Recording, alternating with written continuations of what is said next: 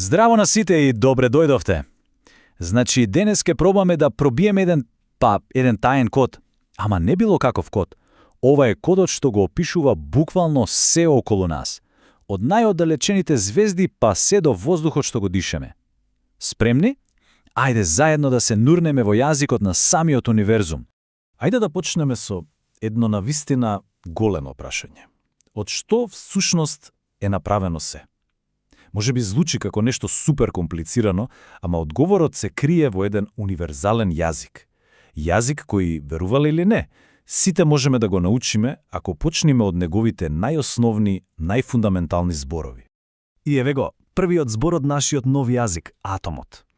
Најдобро е да си ги замислиме атомите како најмалите можни лего коцки што постојат.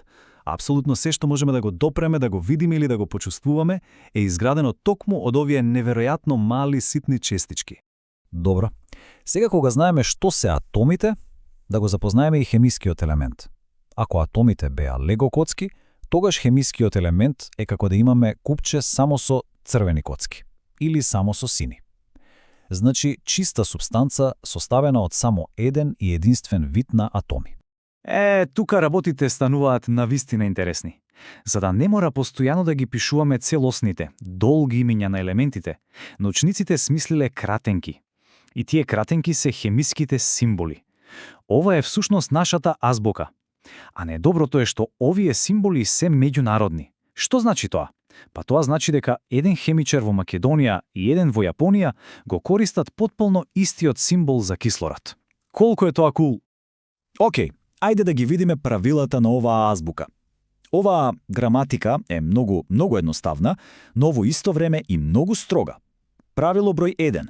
Секогаш се користи латиница. Правило број 2. Првата буква е секогаш голема. И правило број 3. Ако има втора буква, таа мора да биде мала. Нема исклучоци, нема простор за грешки. А еве и како тоа изгледа во пракса. Погледнете. Големата буква Х е символот за водород. Просто, нели? Но ако додадеме само една мала буква Е, добиваме Хе, што е символ за сосема друг елемент – хелиум. Гледате? Таа мала буква прави огромна разлика. Меѓутоа, не се сите символи толку очигледни. Понекогаш ќе налетаме на символ кој на прв поглед воопшто не одговара на модерното име на елементот. Тоа е како мала загадка што само чека да ја решиме. И еве ја главната мистерија за денес. Сите знаеме што е злато, нели? Но зошто? Ама зошто? Неговиот символ е АУ. Чекајте малку. АУ? Тука нема ни З, ни Л, ни Т, ништо што би не асоцирало на зборот злато. Што се случува тука? Тадара! Еве го и решението на нашата мистерија. Целата тајна лежи во минатото, во древните јазици. Символите всушност не доаѓаат од модерните имиња, туку од нивните стари латински имиња. Златото на латински било аурум, па од тука доаѓа и символот ау. Среброто било аргентум, па затоа негов символ е АГ. Железото е ферум, па затоа е ФЕ. Ова е еден прекрасен спој на модерната наука и древната историја, зарем не? Добро, ја научивме азбуката, ги знаеме и правилата. Но каде се чуваат сите овие символи на едно место? Дали постои нека библиотека? Или може би речник за сите елементи? Апсолутно. И тоа каков? Ова не води до таа совршена библиотека на елементите, вистинско ремек дело на организација, каде што секој елемент си има свое точно определено место. Се е подредено со неверојатна прецизност. Дами и господа, го представувам периодниот систем на елементите. А човекот за ова гениално дело е рускиот научник Дмитрий Иванович Менделеев. Замислете, тој успеал да ги земе сите елементи што биле познати во негово време и да ги подреди на начин што открил еден цел систем на скриени правила во самата природа. Неверојатно! Системот е многу уредно организиран. Има точно 7 хоризонтални редови. Овие редови се нарекуваат периоди.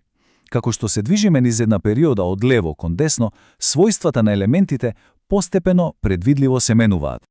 Покрај тоа има и 18 вертикални колони, а тие се познати како групи.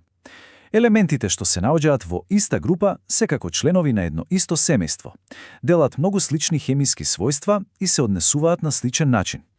И генерално сите елементи во системот се поделени во овие 3 големи семејства.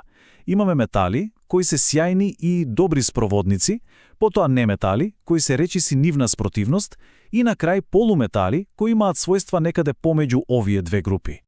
Значи, ајде брзо да резимираме. Почнавме со основните букви, символите.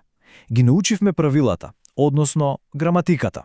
И на крај стигнавме до комплетниот речник, до периодниот систем кој ги содржи сите познати елементи во универзумот. Сега, кога го знаете тајниот код, периодниот систем повеќе не е само обична табела. Тоа е збирка на неверојатни приказни, по една за секој елемент. Прашањето е, чија приказна ќе сакаме да ја откриеме следна? Универзумот чека да го истражиме.